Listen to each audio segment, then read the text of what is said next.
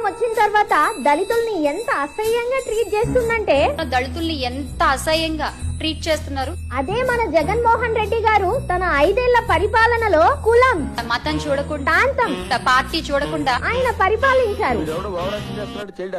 ఆయన పరిపాలన గురించి అందరూ మాట్లాడుకుంటున్నారు.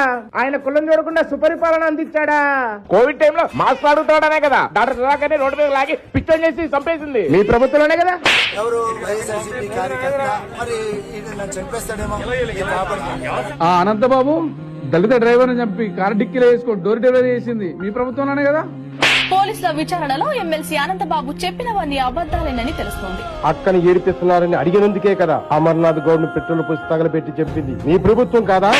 ఏడిపిస్తున్నారని చెప్పి నా తమ్ముడు వెళ్ళి ప్రశ్నించినందుకు వాణ్ణి పెట్రోల్ పోసి తగలేసుకోవడం, మళ్ళీ చేతులు కళ్ళు కట్టేసి మీ కుల రాజకీయాల కోసం, మతాల మధ్య చిచ్చు పెట్టే రాజకీయాల కోసం మా దళితుల్ని కించపరిచి మాట్లాడితే